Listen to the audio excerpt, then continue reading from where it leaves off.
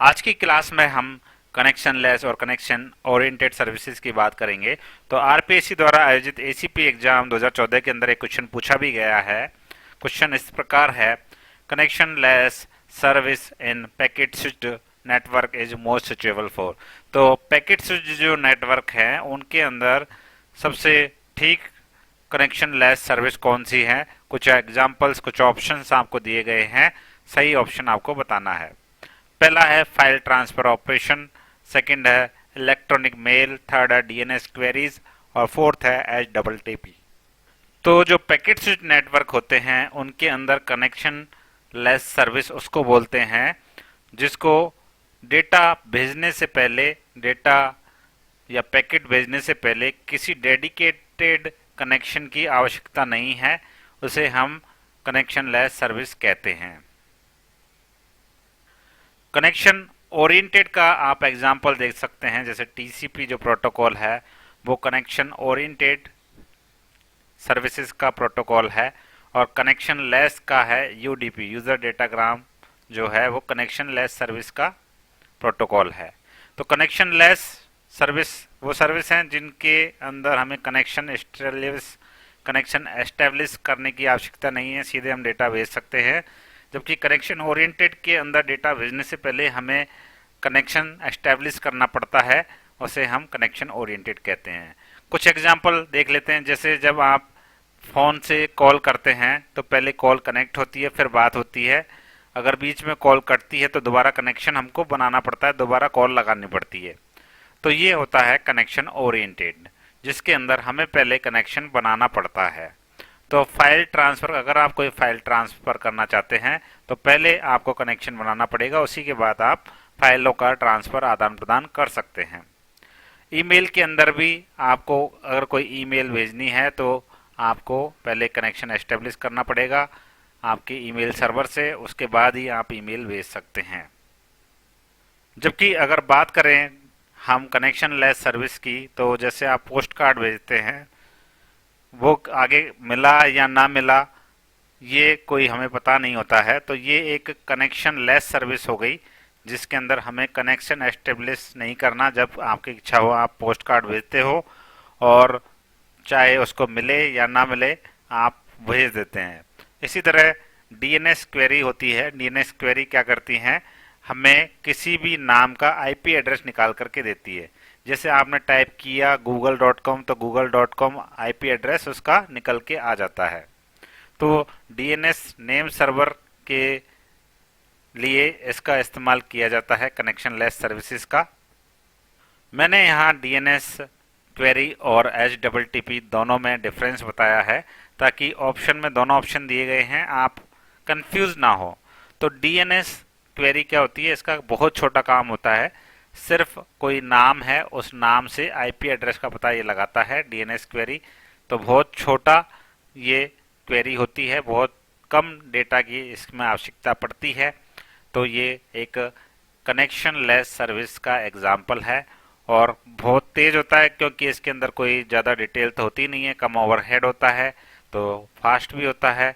और कई बार कनेक्शन नहीं बन पाता है, कई बार हमारा जो डेटा है वो नहीं कॉल हो पाता है, तो थोड़ी हानि भी इसके अंदर पॉसिबल होती है, लेकिन उससे कोई नुकसान हमें नहीं होता है।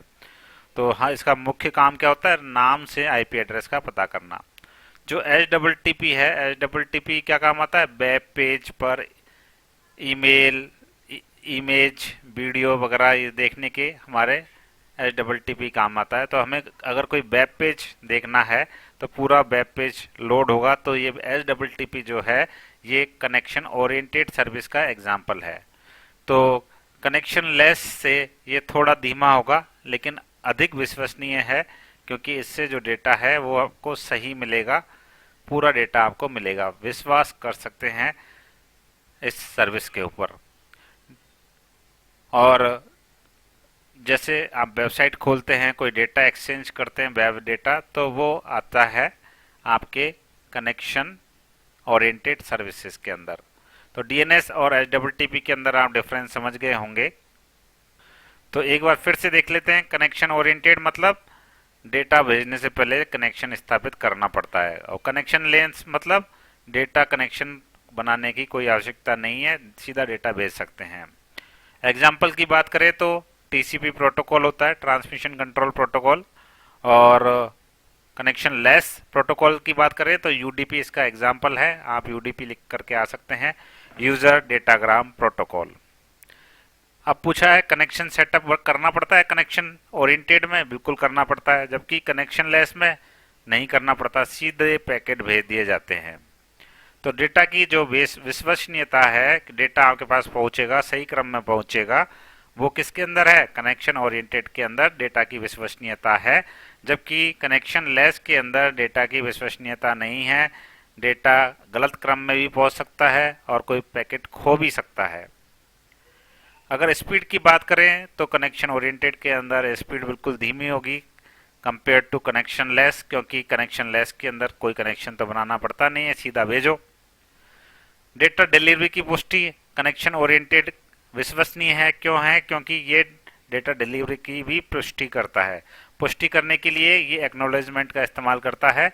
जब डेटा रिसीवर के पास पहुंच जाता है तो रिसीवर एक एक्नॉलेजमेंट भेजता है कि डेटा हमें मिल गया है, जबकि कनेक्शन लेस के अंदर ऐसी कोई आवश्यकता नहीं होती, इसकी कोई पुष्टि नहीं होती, डेटा पहुंचा या ना पहुंचा, इसकी कोई पुष्टि कनेक्शन लेस के अंदर नहीं की जाती है। उपयोग कहाँ पर है कनेक्शन ओरिएंटेड का, जैसे फाइल ट्रांसफर करनी है, वेब ब्राउजिंग आपको करनी है, ईमेल से डेटा भेजना है। कनेक्शन लेस की कहाँ आवश्यकता होती है, जैसे वीडियो कॉल करना है, लाइव स्ट्रीमिंग करनी है, डीएनएस क्वेरी रन करनी होती है। तो जहाँ स्पीड की ज़्यादा आवश्यकता होती है, चाहे डेटा पूरा ना मिले, वहाँ यूज होता है कनेक्शन लेस सर्विसेज।